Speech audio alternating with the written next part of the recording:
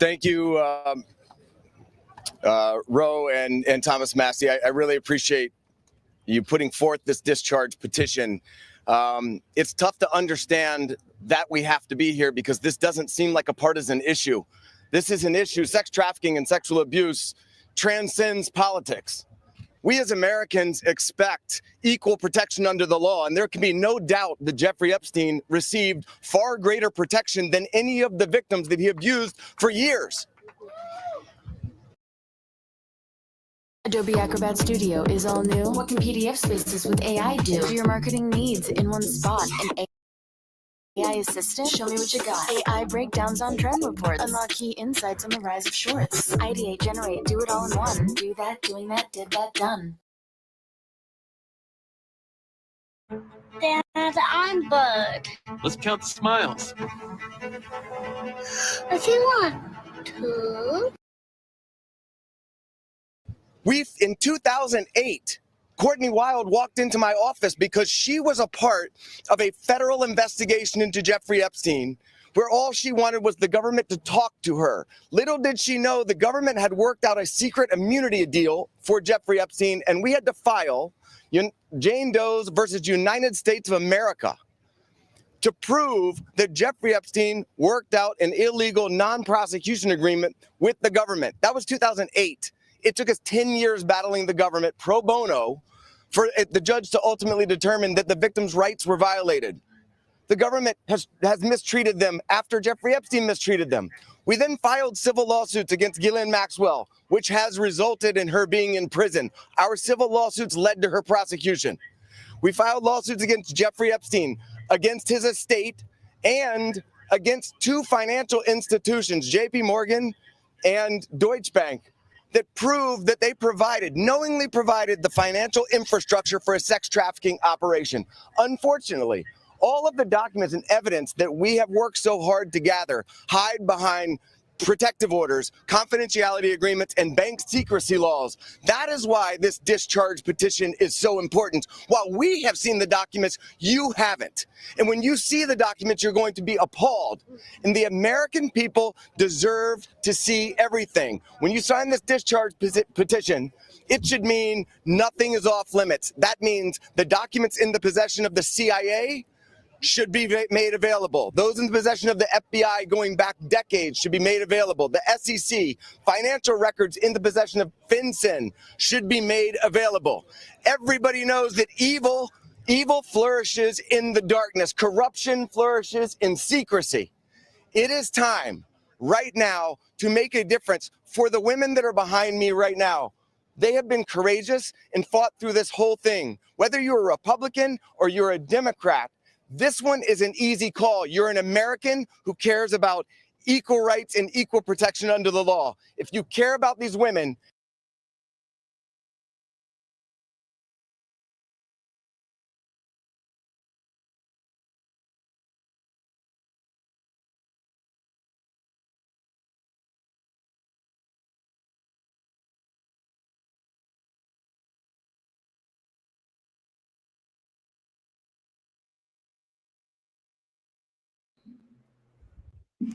Mic check 1 2 1 2.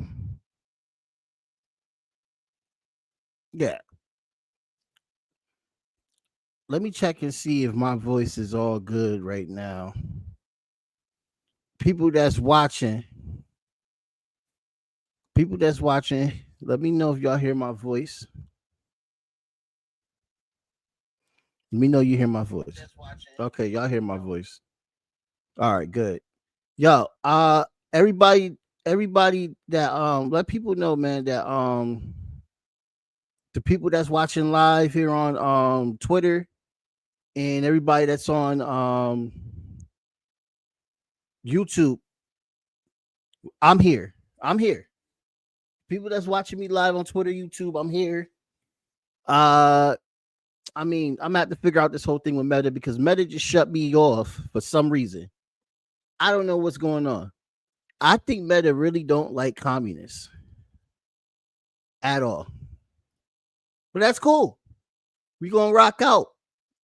We're gonna rock out without Meta today. So, guys, this week has been insane. insane. Your boy got hurt and started not to feel well. Had to call out. You know, I hate calling out. But I had to do it. And I didn't know if I was going to do a live stream. I was supposed to have John Kiriakou on. There was issues with Wi-Fi. John Kiriakou was going to be on probably in October. My guy is doing big things. Please follow John Kiriakou. Follow him. So yeah, we're going to talk about it, bro. We have Congress, they did the little paper tiger thing because they realized they were in trouble, with this whole Donald Trump. Donald Trump just makes, he makes you want to focus on shit because it seems like Donald Trump just likes to lie 24/7. And the more he lie, build a website you love with Wix. For you, this off.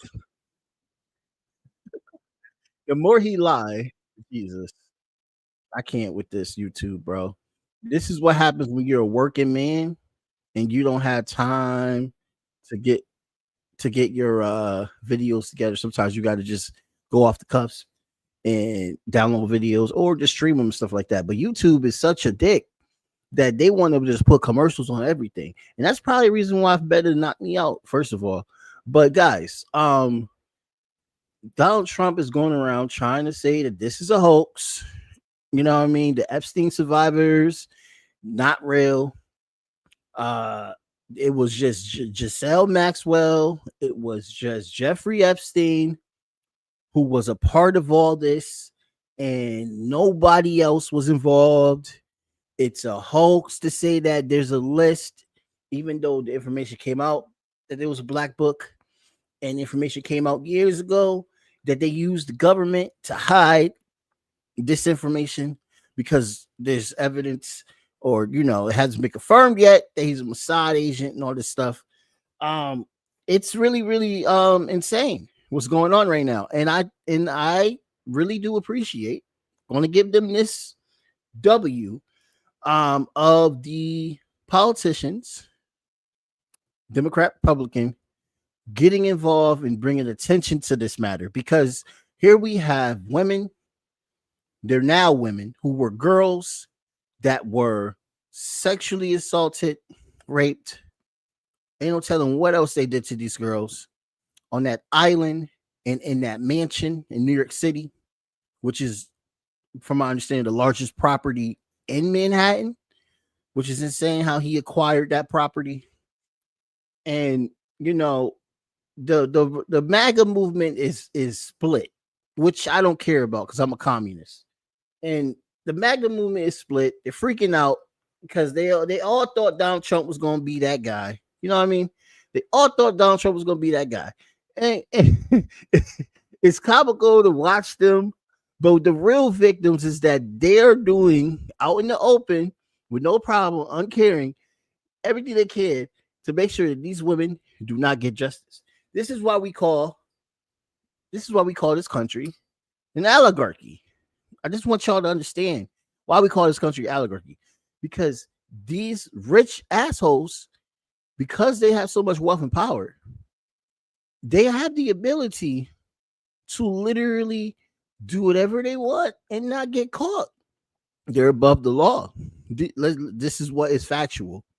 What's factual is that the oligarchs are above the law, and the oligarchs do not get in trouble for committing crimes that you and I would definitely get in trouble with. The oligarchs are above the law. This is what America needs to understand. And as soon as the American public, the working class, get to understand this, we need to start applying pressure. This is pressure. I take this as pressure. A lot these women could be getting sued out their mind and everything, and a lot of them don't even want to come forward. This is just a small amount. I just want to remind you, this is a small amount of women that have been affected by Jeffrey Epstein and Giselle Maxwell. They were about to release her. I'm telling you, they were going to release Giselle if this did not happen. They are doing everything they can to get you to think that you're crazy, because For years, we've been told there's an Epstein list, and now the Trump administration is telling you there's not. I don't understand at all. How can we not say this government's not corrupt?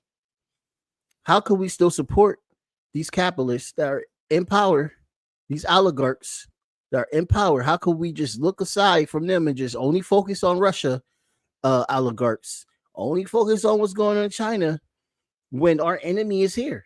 This is why this live stream is called Don't Underestimate Your Enemy. This is exactly why, because I feel like I have to call this live stream Don't Underestimate Your Enemy to remind you not to underestimate your enemy. Your enemy is here in the United States of America. Your enemy is these politicians, these oligarchs that continue to lower and exploit, to lower working class voices, to exploit working class people to the point where we think that it's okay that we go by workers' rights and we don't have full health care, and it's okay for them to union bus and all this nonsense like that. No, it's not okay. And we're going to continue to have these topics like this today. So welcome to the show. My name is Jamar Jabari, and I stand in solidarity with these women already, wholeheartedly. I want these women to get the justice that they deserve.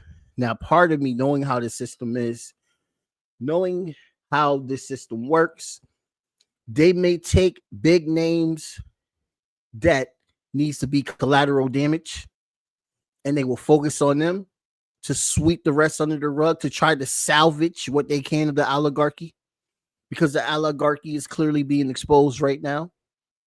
And why would we not believe that there was some type of tactic, even where CIA or Mossad, to blackmail people in power? Why would we not believe that? Hell, you have a whole oligarchy around the world that has to kick up. And what do I mean by kick up? They have to show their loyalty. They have to stand up. America, U.S. imperialism is very, very powerful. You know what I mean? When we're going to get into the power of America's U.S. imperialism, because there's been conversations that's been going on about what's going on with the genocide in Gaza, Free Palestine, and who to blame. We're going to get into that as well, too. All right? And then we're going to just talk about the system itself. What system do we actually need? This is very, very important as well, too.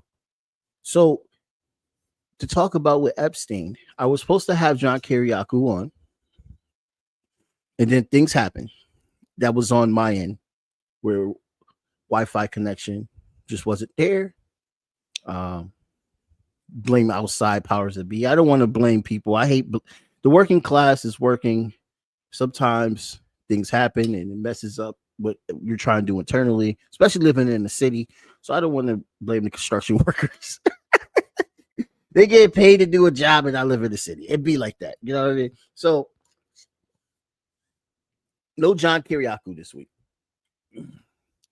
I want to play with you. If YouTube lets me play, I want to play this real quick. More about the Epstein. I think this was one of the most powerful speeches. Here we have a survivor.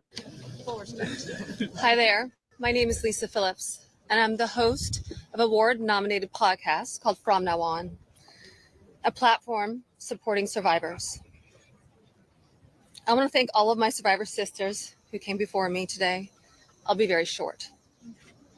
In the year 2000, I was taken to Jeffrey Epstein's island while on a photo shoot on a nearby island. Who I saw and what I experienced there was a glimpse into a very dark and disturbing world. For years after, I tried to avoid Jeffrey, but he had introduced me to Katie Ford, the owner of the Ford Modeling Agency. Epstein's reach went to the very top of fashion, arts, and entertainment. This did not just happen to underage girls in Florida. In New York City, hundreds of young, ambitious women were abused by him. Epstein was not just a serial predator, He was an international human trafficker. And many around him knew, many participated, and many profited. And yet he was protected. So I stand here today for every woman who has been silenced, exploited, and dismissed. We are not asking for pity. We are here demanding accountability, and I'm demanding justice. Congress must choose. Will you continue to protect predators, or will you finally protect survivors? And also, I would like to announce here today, us Epstein survivors have been discussing creating our own list. We know the names. Many of us were abused by them. Now, together as survivors, we will confidentially compile the names we all know who were regularly in the Epstein world. And it will be done by survivors and for survivors. No one else is involved. Stay tuned for more details.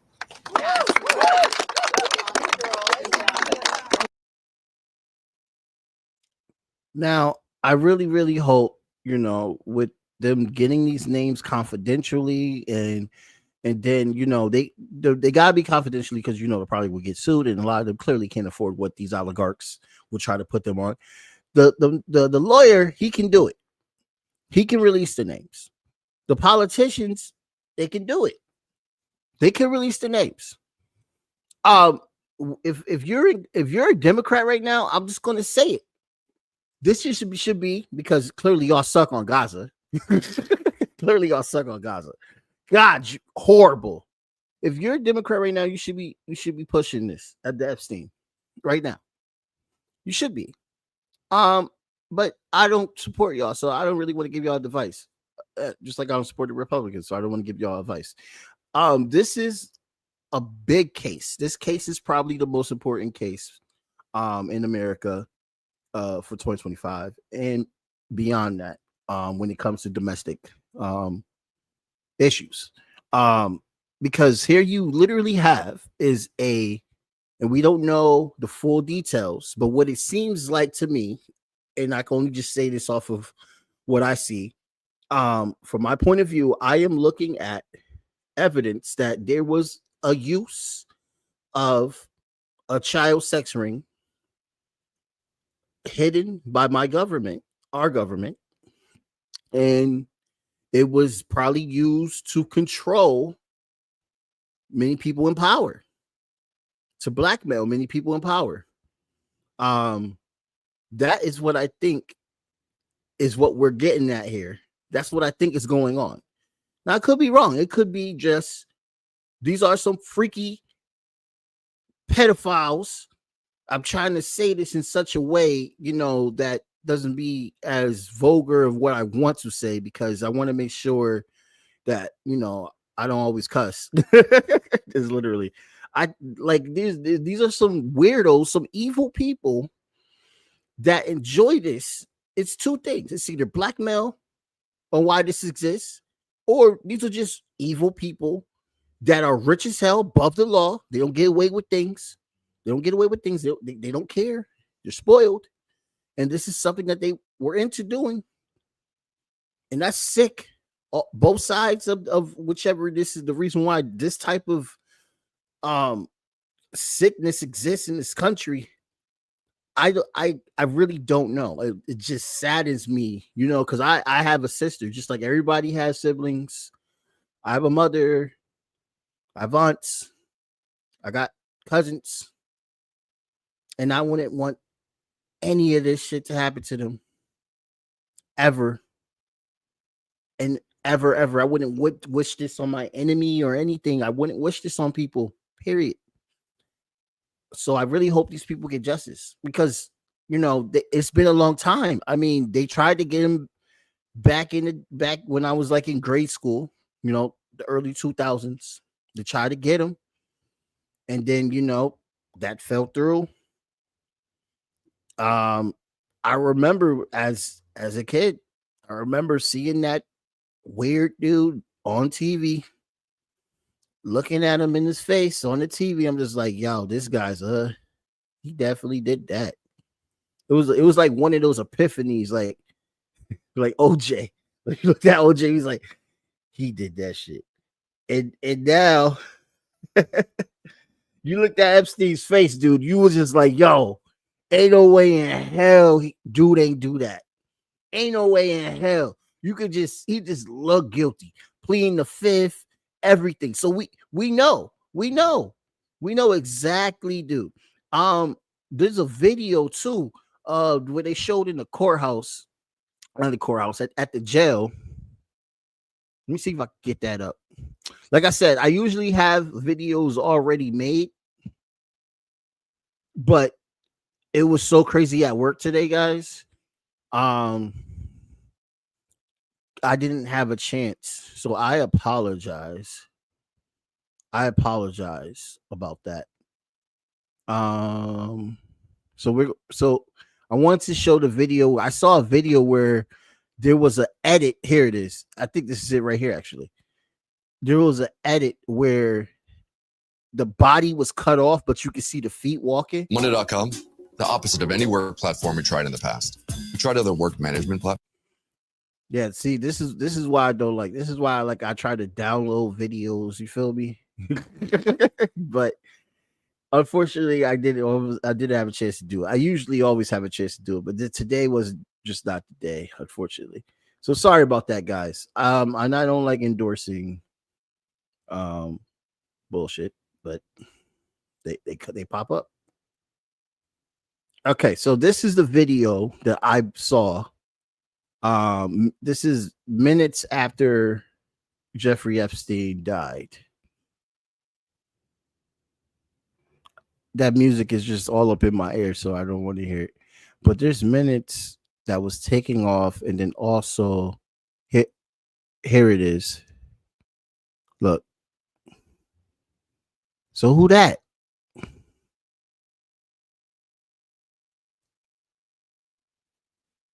Like, is that an edit? Because you can't really see a body, you just see legs. Yeah, you just see legs. It's kind of odd. It's kind of odd. It's just, I have questions all around with this particular case. I do. We're going to move on because I got two more things I want to go through. But it's just really, really weird, to tell you the truth, guys. Shouts out to everybody that's here, man. Like, what's up? What's up, man? Hope y'all having a good day. I love it when I got some people. You are all welcome. If y'all got any questions, though, let me know, because this is what I'm here for. What's that? Let's see. What else we got? Let's look at. So now let's go into the foreign policy real quick. Oh, no. One more domestic, guys. Good thing I looked at my show notes. One more domestic. So freaking ICE. I watch a lot of different type of shows. Let me pull it up. Let me get it out, pull it up for you. I watch a lot of different type of shows, guys. When it comes to watching domestic foreign policy, staying up to date, read a lot, all those things. I'm crazy. And while I'm doing this, while I'm also going to school, so I could get my certificate in modern journalism. I'm crazy. But what I find is more crazier is just how much in American history we just literally, I can't even say we, because I don't even like being a part of it, but people literally in this country just find every single reason just to hate the other, just to hate other people. And it could be the most craziest reasons. It's, when to justify ICE, you have these coots going around telling people they're committing crimes. And even if you tell them the information that, hey, they're not committing crimes, there's a very low percentage of immigrants that do commit crimes. These people, they don't want to hear that. It's just like, it's like it goes in one ear or out the other. And I look at from a perspective of being black with this type of information. You know what I mean? I unfortunately dealt with not as much as my ancestors did, and my family members during the 60s. But I've dealt with some racism. I have.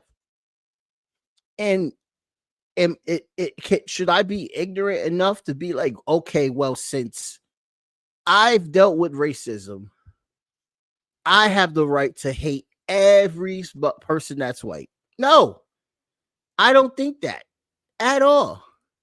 That just does not come to mind at all. It's not something I think about at all where I'm going, I need to hate all white people because I was treated bad by some white people. No, I don't think that. I'm against racism very, very hard. And I fight against white supremacy. Yes, I do. But I don't just sit here and just say all white people are evil just because of the issues that I've been through with racism. But what we see with these people that promote ICE, it's the same issue. And yeah, we're gonna talk about him, Tom Homan. I've been wanting to get on this motherfucking asshole. Sorry if there's kids watching this, but I've been wanting to get on this jerk for a minute. And this jerk ticked me off in his last interview. You know what I mean? So this guy is over ICE, letting people mask on their face, everything. You know what I mean?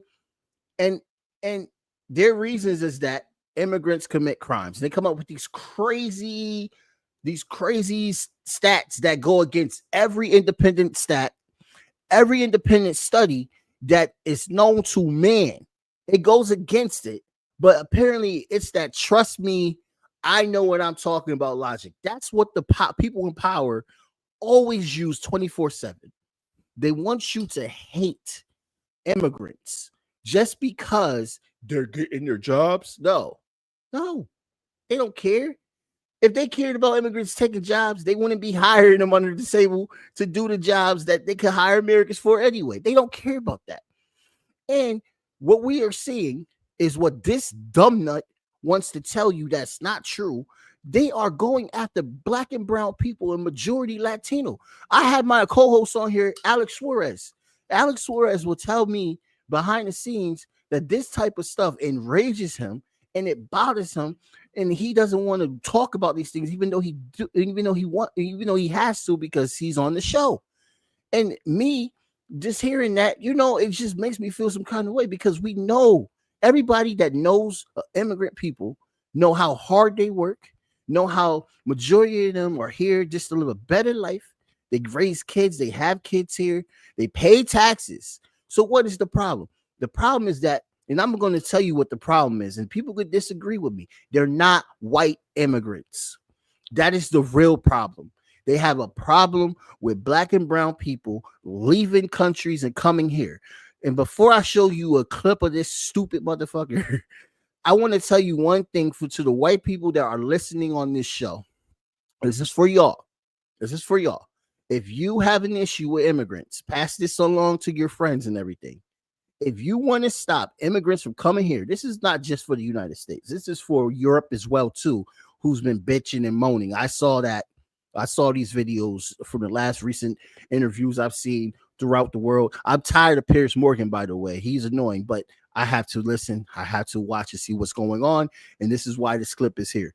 But for y'all to understand, if you want immigration to cease or slow down in this country, you got to stop letting these politicians lie to you. You got to stop letting these oligarchs lie to you. They want division, okay? You need to understand that they are using racism in so many rebrandish ways to divide us. They did this. This is the same tactic that they're using for Palestinians, not Hamas. IDF is using for Palestinians. The same tactic. You can hear it in his voice. He's saying that all the immigrants are a problem. All of them. But he's not talking about white European immigrants. He's talking about the Latinos. He's saying they all carteled the fuck up. They will demonize and make you be fearful of people that don't look like you, just so they can control the narrative. How's it going? How's it going, Extra Bull? Thank you so much for coming on, bro. Yeah, man.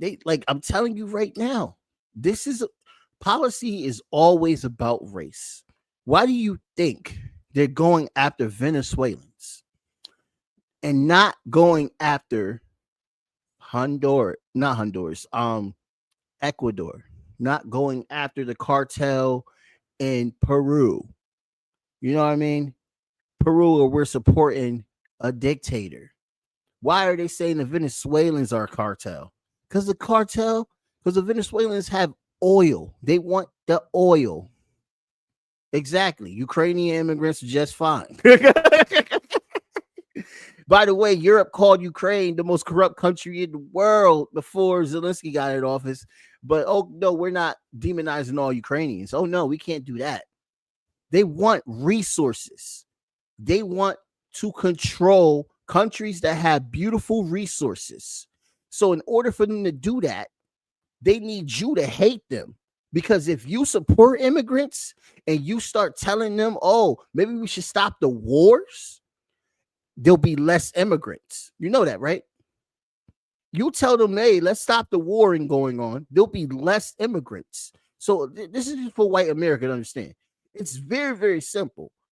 Help us, anti-war, working class, socialists, everything, the left. Help us overthrow these people so we can overthrow U.S. imperialism so there can be less immigrants. I'm just saying, if that's what you want, I don't care. I love living in a diverse, affluent community. I was raised around Arabic, Latino, Black, Caribbean. You know, I was raised around diversity in Bridgeport. Bridgeport is one of the most beautifulest, diversest country city in the world, bro. Yes, there's a crime rate everywhere, but there's a lot of community, and community is not just one color. Community is diverse and it's beautiful. We thrive in community. We thrive in diversity. We thrive as a working class unit under one thing, working power. This is why we have to fight for everyone and understand under capitalism, all oppression connects. They want you to other people, just like how they did back in the 60s and the 40s and during the Reconstruction era when black people was free from slavery, and they had all these tools to be great on trade and everything, and then the unions didn't want them, and then the white people started lynching us because they didn't want us at these jobs. They were like, oh, the black man's going to take your job. The black man's going to take your job. This is the same rhetoric that they're telling us about the immigrants now, while they're still hiring immigrants to do jobs that Americans don't do. Do you see the hypocrisy? How many immigrants that are undocumented are with Donald Trump's Mar-a-Lago? How many? And then it's just so disgusting that this man tried to go, oh, well, how about we have the farmers vouch for them? Like they're some type of like property, almost like, oh, it will be their responsibility. Are you kidding me? I just want to play a little bit so y'all can see just how dense this man is. And he likes to use tragedy. This is the other thing. This is what the Zionists do with Hamas. They come up with things to dehumanize the people that they are trying to get rid of. Dehumanize. They use grape culture strongly. Even though here in America, 34% of sexual offense are by white men. And then black, it's 13. Latino, I saw it was like 12. And then the other, it went down lower. But the majority of sexual offenders in the United States, 34%, is white. But I want you to. He wants to convince you, just like all the other races, that it's the immigrants that are out here using great culture. America. They pay taxes. They contribute to society. They don't commit crimes. They're decent people who came for a better life. They just happen to be undocumented. When they see value of having a partner is huge. Finding someone you can trust is what I feel like YouTube is like straight up like trolling me with these. The one time that I don't like download videos, they want to troll me with these commercials. This is crazy. Whatever. But we'll get right to it. All right, here we go, guys. ICE employees running into Home Depot to see somebody like that or the equivalent, that is where a line seems to be crossed for many Americans. Do you understand why people feel differently about that scenario to somebody who's there illegally who then commits a crime that's unconnected to their immigration status? Well, look, I can tell you, I started with Border Patrol in 1984, and I can tell you, and it's still this way today. Immigration enforcement has always been controversial. It's always been emotional. I get it, right? But people need to understand what the people who feel that way, many of them don't know the facts. Many of them don't have the data because the media is skewing the data every day. Every day I get up on the way to work, I look at 20 pages of data from the previous 24 hours. And the media they want to spin away from the truth. For instance, they say that most of the people ICE arrested are not criminals. False. I look at the numbers this morning. 70% of everybody ICE arrests is a criminal. That is a lie. Remember I said earlier, they just come up with these crazy stats and they don't know what they're talking about. They don't know what they're talking about. And when Alligator Auschwitz was up, because now it's being closed down, state officials went in there, investigated, and found that 93% of detainees at Alligator Alcatraz, 93% had an offense of, a misdemeanor or no offense at all. No offense at all. Okay? But that's just Alligator Auschwitz. That's just Alligator Auschwitz. They're finding altogether that over 70% of detainees by ICE are not committing crimes. Who's this? It's Tom Holman. He's of the he's the head of ICE, bro. This is the head terrorist in charge right here that's talking in line right now with the BS. But let's continue. The other 30%, many of them are national security threats with terrorist ties. Most of them don't have criminal histories because their whole goal is to lay low until they do the dirty deed, right? So we've arrested thousands of Trendawa, thousands of MS-13, thousands of national security threats that simply don't have criminal histories. Who are the other remaining 30%? Many of them are fugitives. These are people who had due process at great taxpayer expense. We put them in front of the judge. They lost their case. They were ordered to leave. But they didn't leave. They became a fugitive. Due process. He's claiming that they get due process. I'll even have to. We know they're not getting due process. Do we even need to entertain that lie? So a lot of them are the 30%.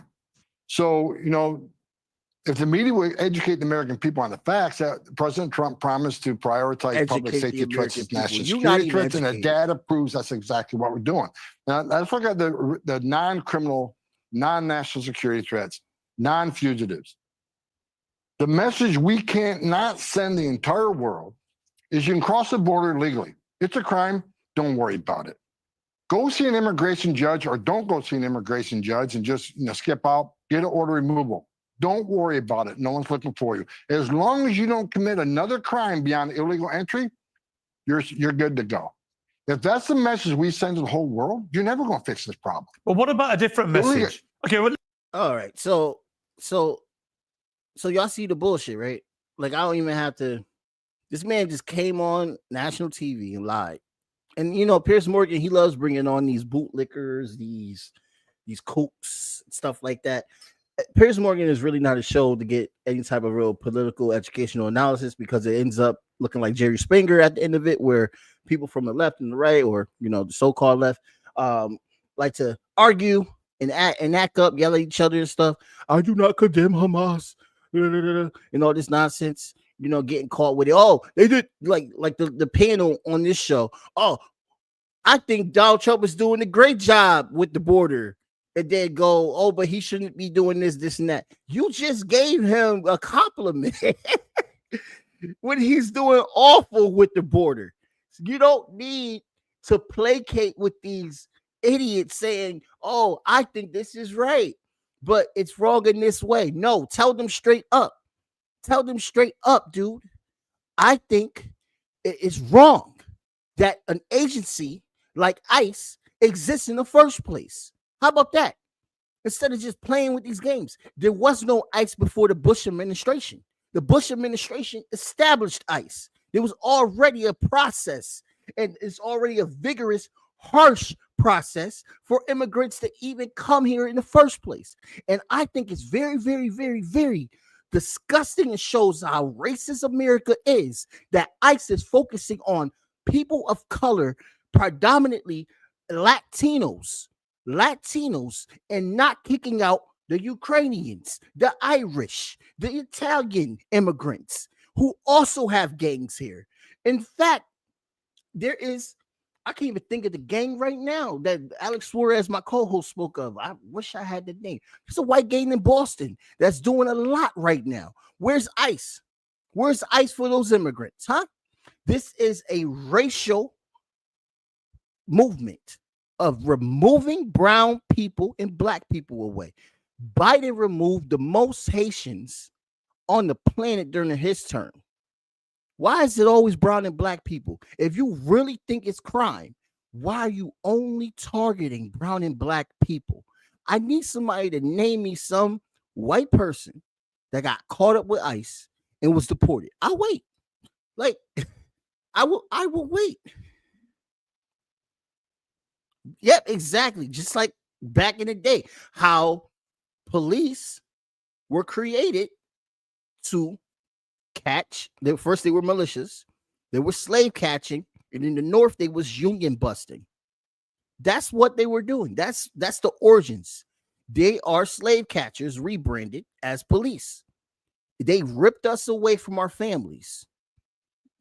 Before that, the slave owners ripped us away from our families. They even had breeding farms, yes, where they breed black people. This is just another form. They want to use them for free labor. What do you think they're doing over there with Bukele? What do you think is Bukele doing? Why do you think Bukele is so invested? So invested. Corrupt Bukele, who has ties with organized crime in El Salvador. Why is Bukele so invested all of a sudden? Why? What does he get out of this? Why is they trying to send people to Uganda? Latino people to Uganda. Does that make any sense to you? This is a race-driven organization. Started under Bush, was used to its full extent under Obama, was used to its full extent under Trump, was used to its full extent under Biden, and is still again being used to its full extent under a Trump presidency again. You see a pattern? You see the pattern? This is a bipartisan effort. ICE has no reason to exist. And I need political commentators to start saying shit like that when they go on these shows. Stop peddling. That's my issue. You're peddling. You're saying, oh, well, they did good at the border. No, they didn't. There shouldn't be borders in the first place. Borders are man-made. You want to stop people from going over here, for coming over here? Tell your government, let's get out on the streets everywhere we can and fight against these wars. Let them know, end the genocide in Gaza. and the CIA operations to topple governments in the to topple governments in Latin America and Africa and Asia, especially Asia with China, and this U.S. imperialist aggression. Shut the shit down. These are the answers. We are getting the repercussions of colonialism. This is what they don't want you to say.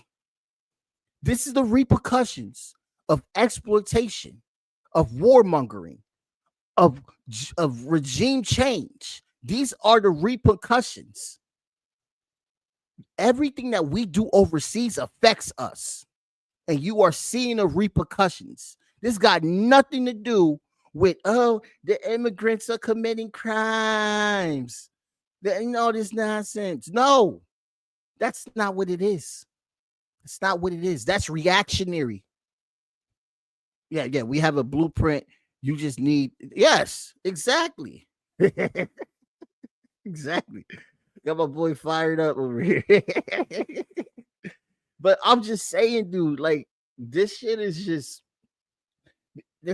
so dumb. And like, people don't understand that when you come on these shows like Piers Morgan and all this stuff like that, it's a got you show. This ain't educational. This man's getting paid millions of dollars for just causing conflict and benefiting off of conflict and genocide. Piers Morgan has the greatest scheme on the goddamn planet, if not. And it's kind of sickening. It's kind of sickening. But yes, that's what I'm saying. The argument isn't, what ICE should be doing. The argument is ICE shouldn't exist in the first fucking place. That's the argument. There should not be ICE at all. And shame on the Democrats, shame on the Republicans for allowing this to get this far, because they're the ones that voted in the department, the DHS. They're the ones that have voted in the Department of Homeland Security to give all this money and funding. You know what I mean? The mass thing started in Portland, from my understanding, when on the Trump last administration, when he was letting cops go in to Portland when it was a protest, snatch people up, masked up, not revealing who they are when federally you're supposed to show who they are, show their credentials. Look what we have now.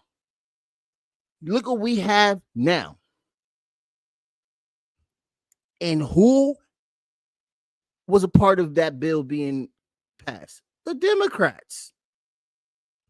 So they're both complicit in this. Both of them. And liberals got to understand that shit. Liberals want to go Republican this, Republican that. It's both. And they act like one party when it comes to fascism. When they ready to do some shit to take your rights, they all of a sudden, look at the Patriot Act. Like, I shouldn't even have to be talking about this no more because of how much the Patriot Act looks stupid and what it did.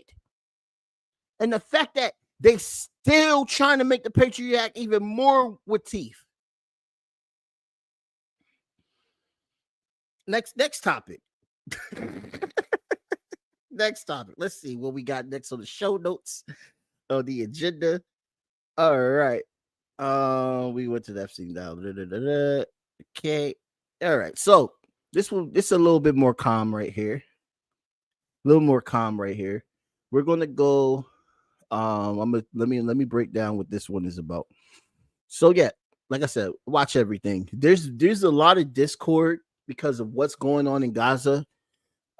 Where and I want to humanize this conversation so people can understand more. Like, what's going on in Gaza is very, very, it's just ridiculous. By the way, let me put in my plug-in, please. Where is it? Go to my banners. If you have Instagram, please go to POW Crisis Relief. Jabari Media is a huge supporter of POW Crisis Relief. Why? Because they are on the ground. They are on the ground in Gaza, and these are volunteers with medical volunteers, medical students who are probably pursuing a doctor, nursing, whatever in the medical field. I've interviewed Noor, who lives in Gaza, who is a medical student. That's how I found out about this, from a plug-in from a comrade by the name of Kirill. That they have raised and still are trying to raise another $100,000 so they can give food supplies, they can give beds, anything they need to help these people that are living in tents. All right. They have helped. This started out in Rafah, Gaza. Shouts out to the Rafah, Gaza. Long live Gaza. They have started in Gaza and helped over thousands. Well, I'm talking about 80,000 to 100,000 people. Probably 3 times as much by the last time I interviewed Noor. And I interviewed Noor about a year and a half ago. So please go to PAL Crisis Relief and please donate. You can access PAL Crisis Relief on your YouTube, not your YouTube, sorry, on your Instagram. There's a GoFundMe page. Please go there. Please follow, like, and share. They do a lot of great things in this time of genocide. And this is a genocide. And the world has come to understand that this is, in fact, a genocide, regardless of what your people in power. I don't call them leaders. These are not world leaders. These are people in power that are promoting and funding and trying to keep this crime against humanity going. Now, remember, this is an issue that is solely, unequivocally a U.S. funded problem. Please understand, in order for Israel to be defeated, Israel to collapse, my government must also either collapse or stop funding Israel. That's the only way Israel can stop. But this is an analysis, a foreign policy analysis that is not really as popular because people don't fully understand the gravity of the situation when it comes to, in order for Palestine to be free, we are looking at the crust of U.S. imperialism. Israel is the attack dog for, not just attack dog. Israel is basically a base. It's a military base. That's what Israel really is. And it's for the will and the interests of the United States government to keep control of the vassal states that they have in the Middle East. That is the sole purpose of Israel. That's what the purpose of Israel have become after the UK backed out and the United States took over. Why do you think Israel is fighting on all fronts, all over the place in the Middle East? Yes, they'll tell you, oh, this is, the Zionists will tell you, oh, yeah, this is about our homeland and we need to bring it back after 3,000 years. Yes, religion is a great way to hide the true intentions.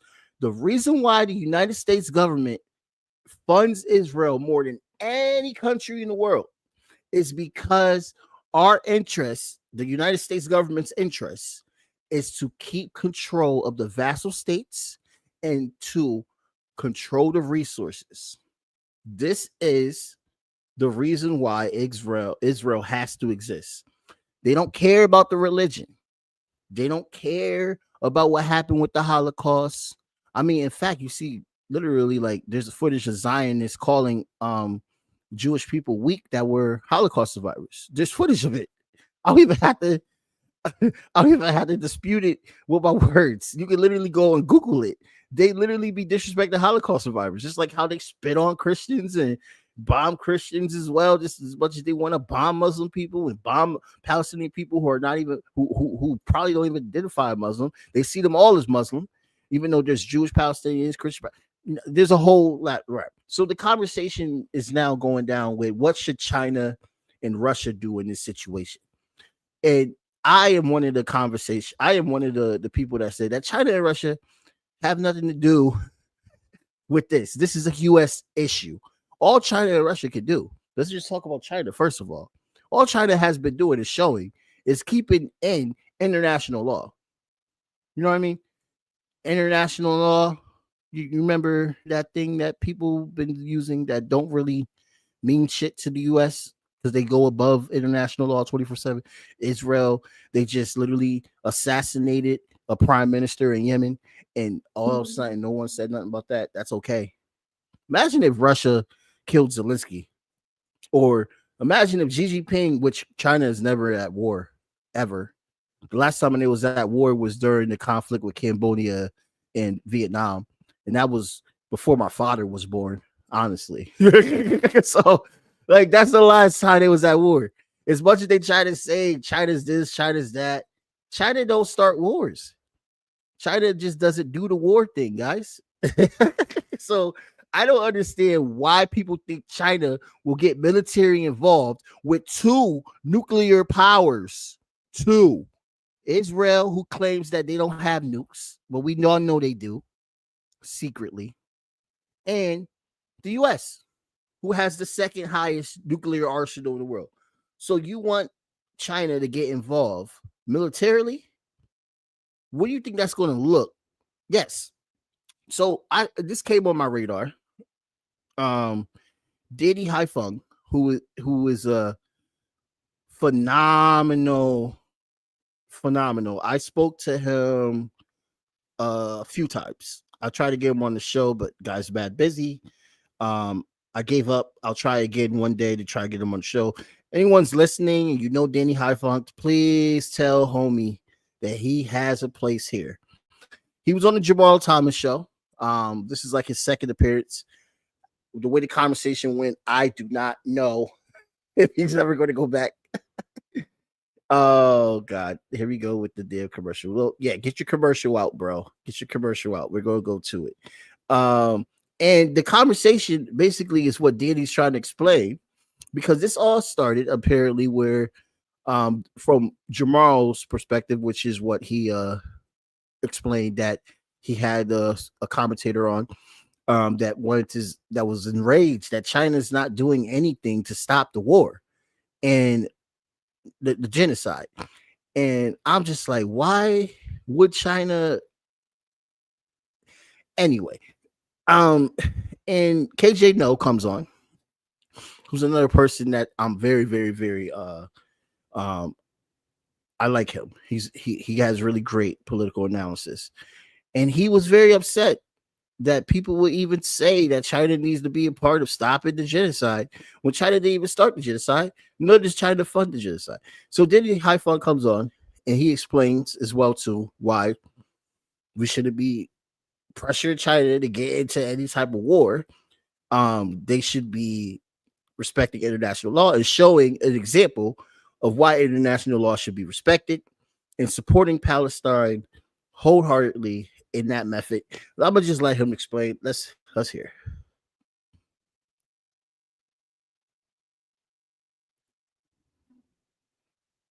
What people have pointed out had everything to do with this notion of economic leverage. Nobody said China should start a war. Everybody perfectly understands that China. Wrong part. Here we go. This part. Wrong part. My bad. Here we go. Eventuate and pressure the world, especially the Western world, to join in this struggle. So in the ideal sense, yeah, a global boycott, even I know the question of China has come up on this program. Sure, it would be incredibly helpful from the sense of PR, morality, all of this, to conduct such a boycott. But if we look at the material situation now, the fact of the matter is that while there has been massive amounts, let's say, of support thrown at the Palestinian people from people in the collective West, especially the United States, more people now in the world support Palestine, understand the plight of Palestine, understand the oppression of Palestinians far better than they ever have. But at the same time, that hasn't necessarily led to governments in the collective West in the United States, which are primarily responsible for the genocide in Gaza, to change their behavior. And in that sense, it makes it very difficult, given that governments like China are actually, and this is the really important point, they are in a kind of war with the United States. the United States is, if we look at Russia, if we look at China, if we look at even Iran, which Iran is incredibly courageous for continuing their support for Palestine, because they are in the region, because they have certain advantages that allows them to do so.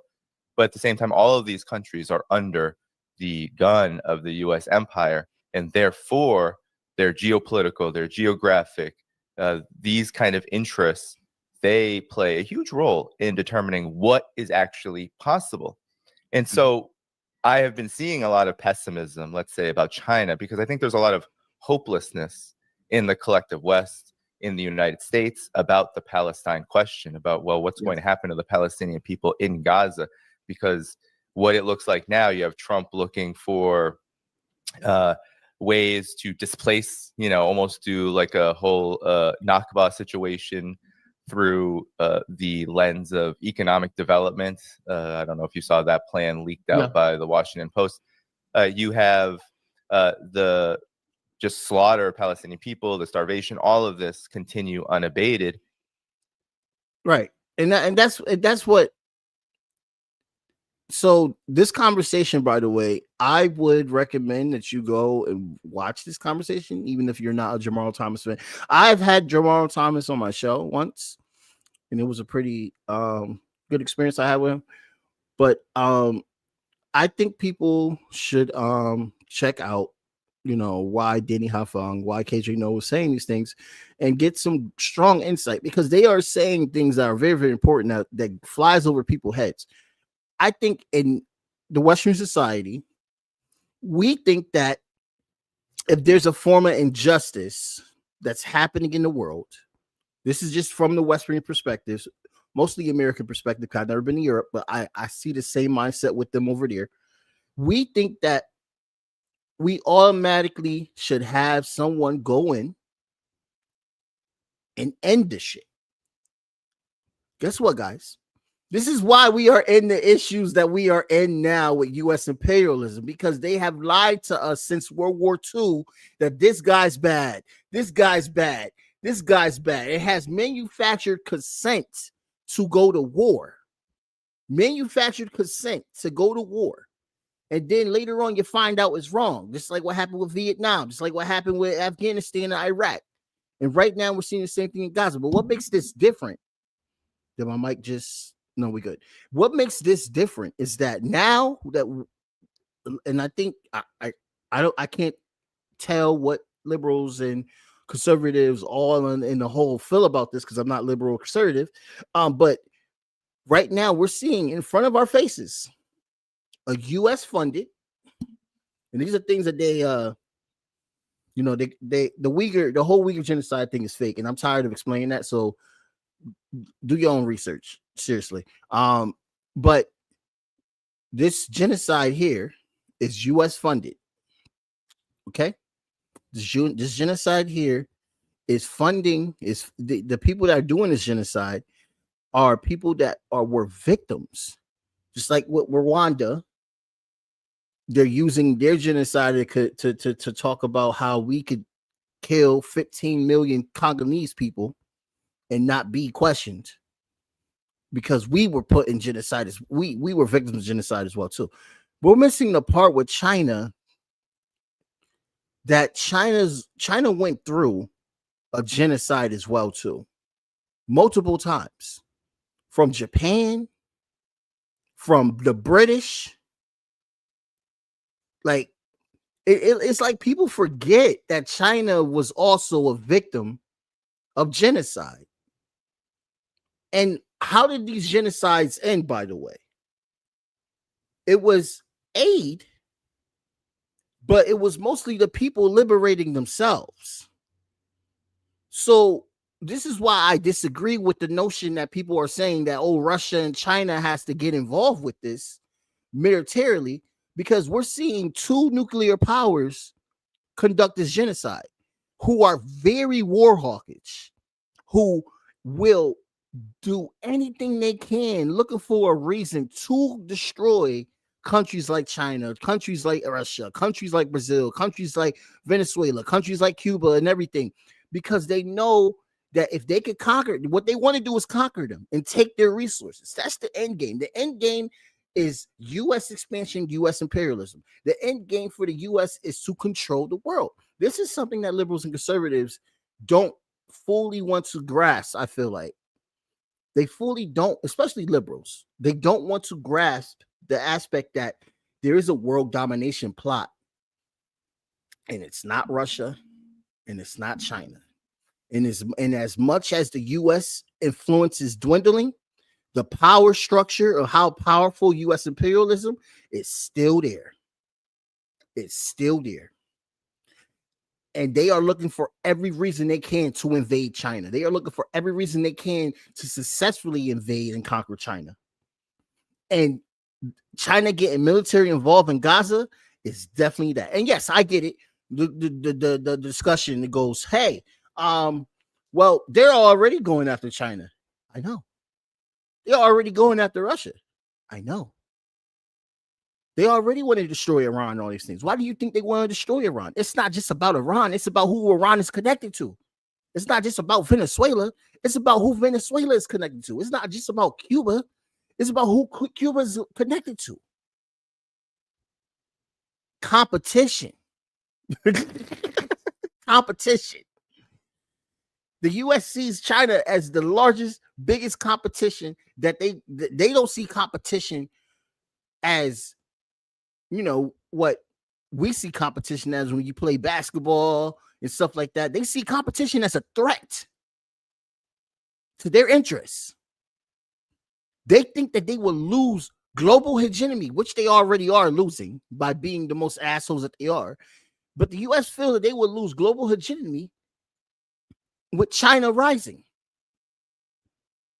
So they got to demonize them in the media. They got to demonize them, in every aspect that they can. Nancy Pelosi got to go to Taiwan and act the fuck up, even though they signed during the Nixon era one China policy, confirming that Taiwan, Tibet, Hong Kong belong to China. But they know that this is a whole new generation of people. They don't remember that, nor do they care, because they've been told their whole life that China's evil. But those same people that like to demonize China will say in the same breath that China should get involved with Gaza. You don't get to tell China what to do when you already hating on China. And yes, the whole concept where I disagree with this, I'm not on the Chinese payroll, bro. I could disagree with China as well too. Newsflash. I don't like the fact that they do business deals with everybody. I would like for them to stop doing business deals with Israel, doing business deals with every vassal state that's under the United States umbrella. I would love for them to not do that, but they're going to do it. They've been doing it. How you think they built their capital so high? But while they're doing that, they're also attacking Israel where it hurts, and also continuing to remind people in the UN what's going on. You know what I mean? I got a comment from my guy. I wish I was on the Chinese payroll. I'm sorry, I meant this guy. Yo. Go watch Extra Bolaw's Secret Show, man. Definitely, the guy's a great guy to listen to, man. I gotta come back on his show too. Go follow him on X as well too, guys. And also on YouTube. Follow him on YouTube. So, China, is doing exactly what you should expect China to be doing, by the way, because they always play the long game 24/7. They are the ones that remind people 24/7, you are violating international law. You cannot be doing this. We want Taiwan to peacefully transition. We want Bibi Netanyahu to go to jail. They said that last week. They keep reminding you. You too, but they keep reminding you, bro. They said that last week that they want Bibi to go to jail. Military intervention can't really happen when you have a U.S. imperialist government controlling and funding this. The U.S. itself has to either cut Israel off or collapse. Now, here's the solution. We already discussed the problem, but here's a solution. Okay? Because this is not World War II. This is a different world war. And it's going to end a different way. It's not going to end where Russia defeats Germany after killing 27 million Chinese people, 27 million Russian people, millions of people around Europe, 400,000 Americans dying as well too. It's not going to end that way with the U.S. after Japan surrendered a few days before they dropped 2 nuclear bombs, because that was a warning to Russia and China, especially Russia. They dropped those bombs not only to scare the shit out of Germany, it was a warning to Russia because they hate communism. They see communism, even though Russia, the USSR at that time, and I'm a trained, well-read Marxist. So when I tell you this is exactly what it is. The USSR wasn't even communist to begin with. Yes, they called their party the Communist Party, but it was like a pre-socialist era. They were pre-socialists. I can't even say they're fully socialist. They were pre-so. They wasn't even nowhere near communism, but they demonized communism in the West here very hard, very harshly. So they see them as an enemy because why? Because here's why. There's a book called The Black Hand? Let me get the name of this damn book. I have it right here on my phone that I was reading because I like to read. Some people don't like to read. I like to read. Here we go. Here's the book. You can get this book on leftchan.com. Oh wait, that's the Adam. That's the Michael Penitentiary book. I haven't finished that one yet. Let me go to the actual book that I was talking about. Okay, this book right here.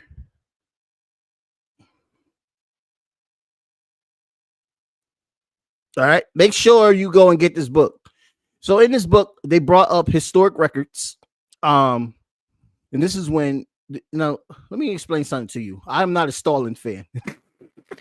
So when I say this is not me endorsing everything fucking Stalin did. He made some harsh mistakes. First of all, should never even did that pact with Germany, because that ended up letting Hitler fool him into getting like over 27 million people, Russians killed. I feel like less Russians would have died if Stalin was smarter about this. But anyway, in the book, they show letters that the SS sent to Hitler because they was complaining about how Russia and the Baltic states had better living conditions than Germany.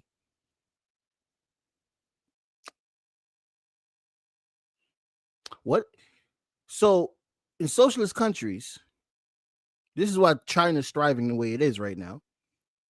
You are giving job opportunities. Everybody's getting job opportunities because the government offers out jobs if the private sector doesn't, you are giving free healthcare.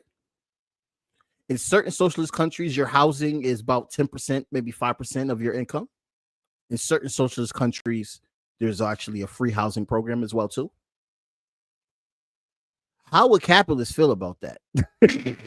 They need you to hate the theory because it's still a theory. It hasn't even been in fruition yet. They need you to hate the theory of communism because the working class takes up the means of production and invests into society. Society is invested in. Marx even talks about using AI and using robotics to lower our work weeks, give us more time to have full lives. You know what I mean? This isn't a utopian thing that I'm talking about neither, because there will always be problems. The USSR wasn't perfect. China by far isn't perfect neither. There is no such thing as perfect with humans. We will always make mistakes and do stupid shit. But what we're not going to do is, if you're listening to this show, please do not let this whole fear of communism get you. You see, the whole fear of communism is not even working with Venezuela. They got to go call Maduro a drug cartel leader now. they lost the whole socialist complaint. That they got to go call him a drug cartel leader. And you know, mind you, they call him a drug cartel leader when we back Peru, which is a narco state. Dina, who is the dictator there, we back Malaya with his corrupt bullshit. You know what I mean? Malaya got problems. That man is literally annoying. We backed Bolsonaro before Lula came back into power. You know what I mean? We backed Hernandez during his dictatorship in Honduras. And guess what? President Hernandez is in a U.S. prison serving time right now because he was a part of a narco state. All this was going on while Maduro was in power. Just to remind you, a little before that with Chavez. Also, what other country was a freaking narco state? Colombia. Before the progressive president Lewis came in, which is recent. I believe he's going to be running for a second term. Before he came in, because now he's going after the cartels. Colombia was a huge cartel narcos country, huge, and no one cared in the 20s. No one cared in the early 20s, 2010s, and all that stuff. No one cared. But oh no, we got to care about it now because Maduro, who was a bus driver. Will you ever hear a bus driver become president in the United States? And if you think a bus driver could become president of the United States, I don't know what Kool-Aid you sipping on. A bus driver. Now, all of a sudden, this bus driver is a drug lord now. All of a sudden. Crazy. But this is what they do. That's why they have to clip China. And this is why China is very patient in trying to build all the alliances. This is why the BRICS nations exist and all this stuff. They can fight economically. They can take away the influences. Gaza can get resources. The Palestinians can free themselves. I still believe that to this day. Why? Because I read that in Algeria, they lost 15 million people before they was able to liberate themselves from France. Look at South Africa from the A to Cuba. South Africans were able to liberate themselves from them crazy motherfuckers. Even though South Africa is a different case because they was kind of isolated. Israel's not isolated. Israel is still fully within the World Bank. So that's why I dispelled the notion about, saying, hey, China, you need to do better. You need to don't be telling people what to do, bro. Like, we are not these people just want to be foreign policy analysts and all this stuff like that. Like, I don't even consider myself that. You know what I mean? I don't consider myself these experts and stuff because experts could be wrong, which has been proven here in the West a lot with all these experts they put on CNN and all this stuff like that. The truth always comes out. You know what I mean? And I don't really see Russia as an ally towards the left anywhere close, by the way. They have their own interests. So stop trying to put Russia into these things. Russia let Syria fall. Yeah, I feel that. Russia let Syria fall. Like, you think Russia, they be putting Russia on this damn pedestal. Some of you guys do that. It is kind of weird. Like no. No. Yes, I agree. I had Ukrainians on the show. I had Russians on the show. I had people that were journalists that went to Ukraine, all this stuff. I'm well aware of what's going on in Ukraine, and I totally disagree with Zelensky and all this stuff like that. But let's stop acting like Russia is like China. Russia is doing what they want because they feel petty that America, this is how I really feel, the Russian government, the capitalist Russian government, Putin, who is just as much as a Republican as your favorite Republican here in the United States, they feel petty that they were kicked out of the Western Bloc, and they're doing what they're doing. And they have every right to feel petty, by the way. The Russophobia is absolutely crazy, but I don't, for one, think that they are truly allies towards U.S. imperialism. You know what I mean? Putin was the same guy that was ready to invade Iraq and Afghanistan with America. He had no problem with that. And I don't forget that. And I would never forget that. You don't see Xi Jinping coming out of nowhere saying, oh, we're going to invade this, we down. No, he never did that. Never did that. That's why I'm more on the spectrum of supporting China than Russia, really. But I understand why Russia has their security problems, and I respect that, and I understand why they see NATO as a threat, and I respect that as well too. So that's where I agree with Russia on. What I really wish Russia would do is go back to the Bolshevik Party or equivalent Bolshevik Communist Party, and let's get this socialism back popping, baby. That's what I wish. We need to get everybody socialism around here. All right, one last thing. This is a clip. It's 4 minutes, and I actually have it downloaded. Yay! No ads. And you're right. You're right, my guy, Warren. I should use Brave next time if I don't have the time. I forgot that Brave has an ad blocker for free. Who would know? Brave is a great search engine as well, too, guys. I use Brave for a search engine for when I need to get some research done as well, too. So Brave all the way. But let's see. Okay, let's get it going. We got enough time for one more thing. Let's get this clip up. So, context to this clip.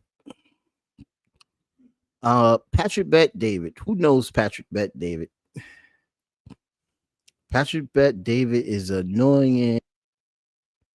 All right, so Jubilee, first of all, before we even get started with this clip, Jubilee is horrible. Horrible. I just want to be on record with saying that Jubilee is absolutely disgusting. I don't like Jubilee. And the one of the reasons why I disdain Jubilee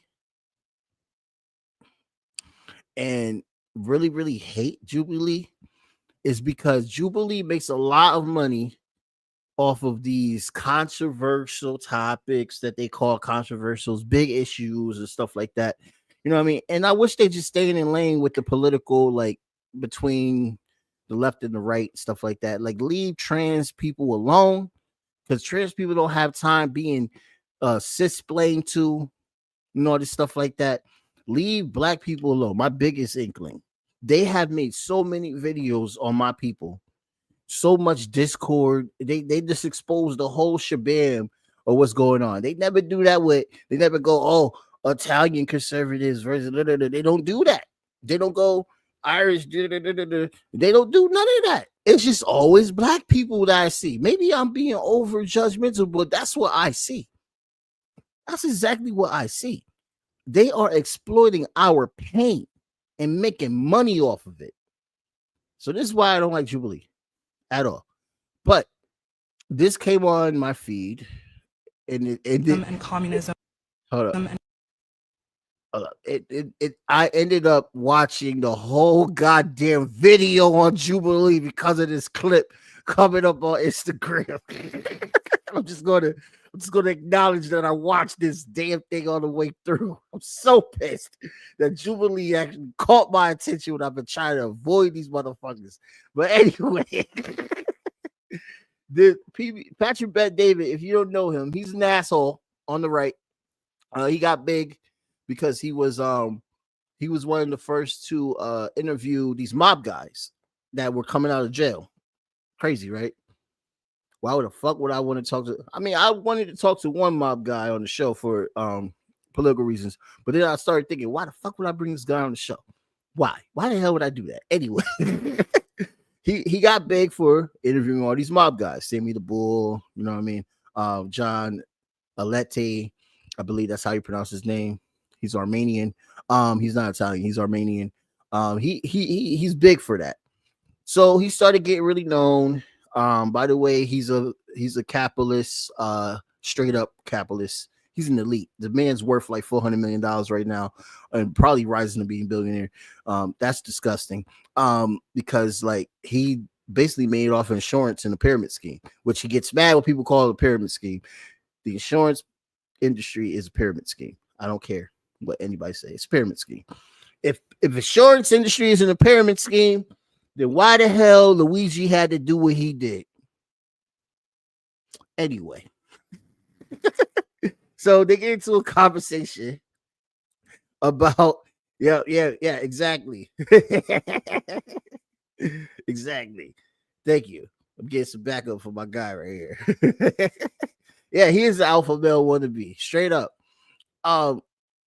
So they got to a conversation about communism. And here we go with the same old school 1980s talking point. Like, it's a dictatorship. It's a dictatorship. Dictatorship. All this nonsense. So I'm going to let it play through. But I want you to know, there's a dictatorship in every single system there is that mankind has created. Feudalism, it was the monarchy. Capitalism, it's the oligarchs. The oligarchs control this country in every capitalist country. Communism, Marx says that it's a dictatorship of the proletariat, aka dictatorship of the workers. The workers control the system. That's what the true meaning is. There's no government. We're putting away government. We're having communities that are self-sustaining, working class communities where material needs are met. That is what communism is. That's why communism does not exist, because there's no government that ever got to that level ever, where they got rid of government and it was a strong communal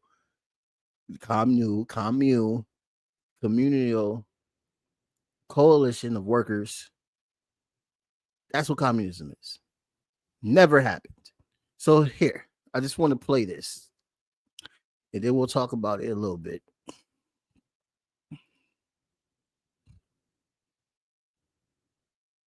And now, you will be that person.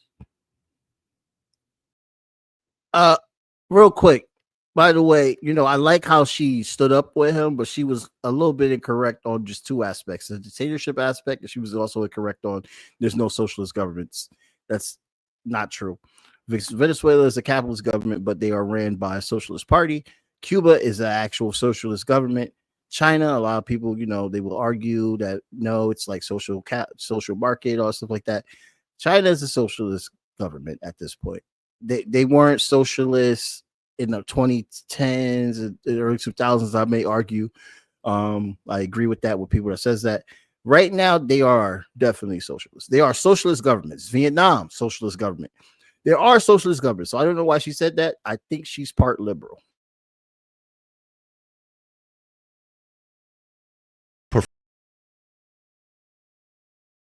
And also, I'm glad that this conversation has happened on such a large platform. Very glad about that, because it's important that this conversation does keep happening so people can start realizing that capitalism is ass. And then the other part is, this is a crazy part I've never heard of, because I am actually a Marxist-Leninist. Taxation under socialist countries really isn't a thing. I don't know where the hell did he heard about taxation being 100% in a socialist country. It's not true. You could give the cases of Europe where in Canada where they use taxation to give you free healthcare, stuff like that. Those are socialist policies, somewhat. But the way that, from my full understanding, I'm not an economist. For instance, Cuba got rid of taxes in the 90s. Taxation is not a thing under socialism. How does they make their money? Through the unions, through nationalizing resources. They use the money from nationalized resources, put into community. There's no reason to have taxation when you are using your resources to make money and put it into community. For instance, Venezuela uses the oil industry to fund the housing program. This is when you're well read, you'll be able to, and this is why I hope that she gets more grounded into socialist and communism ideas, because these little things that he's doing can be easily debunked now. There are examples of why taxation is not a thing. In North Korea, there's no taxation. Taxation is not a thing under a socialist government. We are anti-taxes. Straight the fuck up. Socialists are anti-taxes. So I don't know where he get this 100% taxation at. And how the hell you gonna make a living if you're being taxed 100%? The things that these oligarchs and elites say, like sometimes I wonder, do they even think they make sense themselves when they say it? Like if he's watching that and he sees himself saying that, does he think in the back of his head a little bit like, well, how are people making a living if they're getting taxed 100%?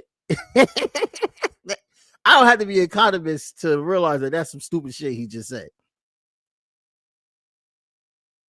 And you know, she said a lot of good things that could have led to a great conversation.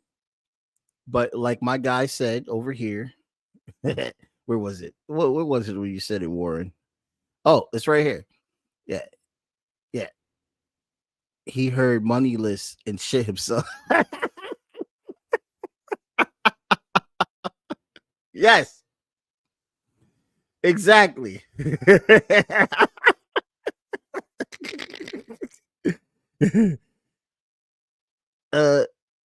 He's muddying the conversation because he won't answer. Yes, and that's exactly what I was about to say. This guy is just an arrogant prick, guys.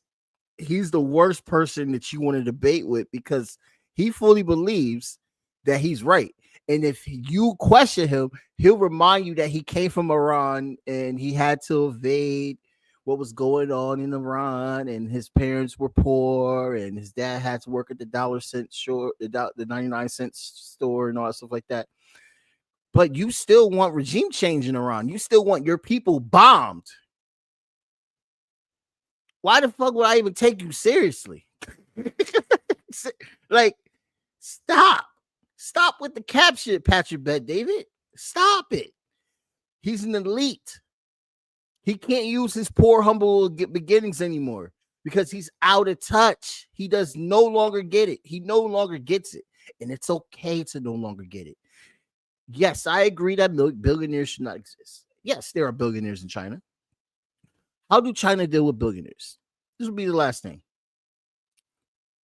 Billionaires. Oh, I could feel the liberals getting crazy a little bit. Yeah. Oh, I like what you said. Yeah, listen to the solid information and not bullshit talking points. Billionaires are not allowed to do venture capitalism outside China. They have to keep everything in house. Billionaires are regulated. All right. Another reason why China is able to do these large speed rails, you know what I mean? Another reason why speed rails that literally equivalent to get you within less than 5 hours from here to Washington, D.C. I live in New England.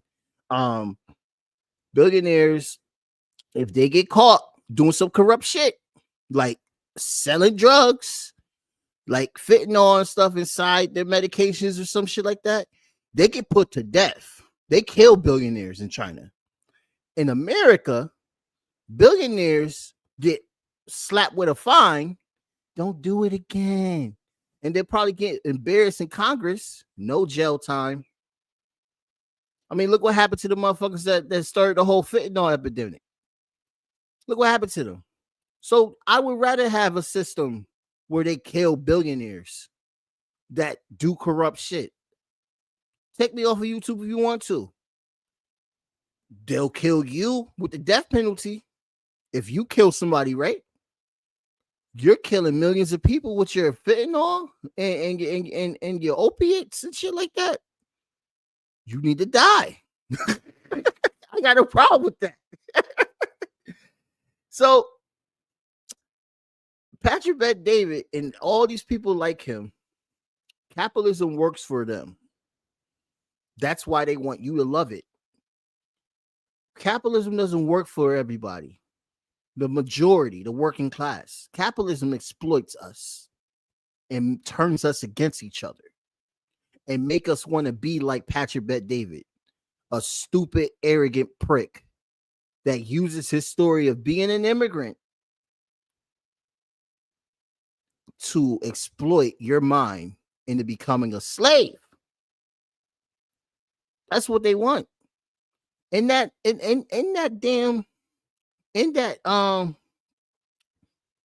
China don't play. in that damn video, man, this man offered job opportunities to people just so they can stop bitching about how capitalism is a problem.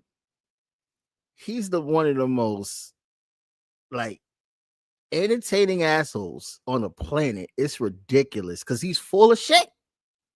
He's full of shit. And you get to see how much full of shit he is when you watch that show. So I hate Jubilee, but it is kind of worth, if you're into that type of back and forth bantering, to just see how much of a prick he is and understand that his way of thinking is literally how majority of them think. Not kidding. Not kidding at all. That's groomed. That's taught. That's immoral. Just saying. So, all right, guys, we have went longer than I expected, but I want to thank each and every last one of you for coming on to the show and watching. Let's see. YouTube just gave me a click real quick. Notification. Let's see what's that. Nice. Over 50 likes on some posts. I don't think it's the live stream, but thank you guys for the likes.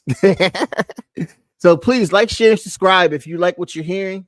We cover music, politics, and culture, and politics from a socialist working class perspective. Remember that. This is probably one of the rare places, unlike Breakthrough News and unlike Danny High Funk, KJ No's show. He's Breakthrough as well, actually. Shouts out to Willie Bragg. Go check out Extra Bola. Check out all these alternative voices. You know what I mean? Because we're done with the straight up pro-capitalist narrative. It's time to have a pro-worker narrative. That's what it's time. It's time to have a narrative where we empower our people and not the rich, because the rich is already empowered. So check them out, and please like, share, subscribe. We are taking YouTube by the storm this year and the year after. Please like, share, subscribe. Thank you so much for watching. I'll see you guys next time. I might have a guest on Sunday, and then I have a surprise guest coming back.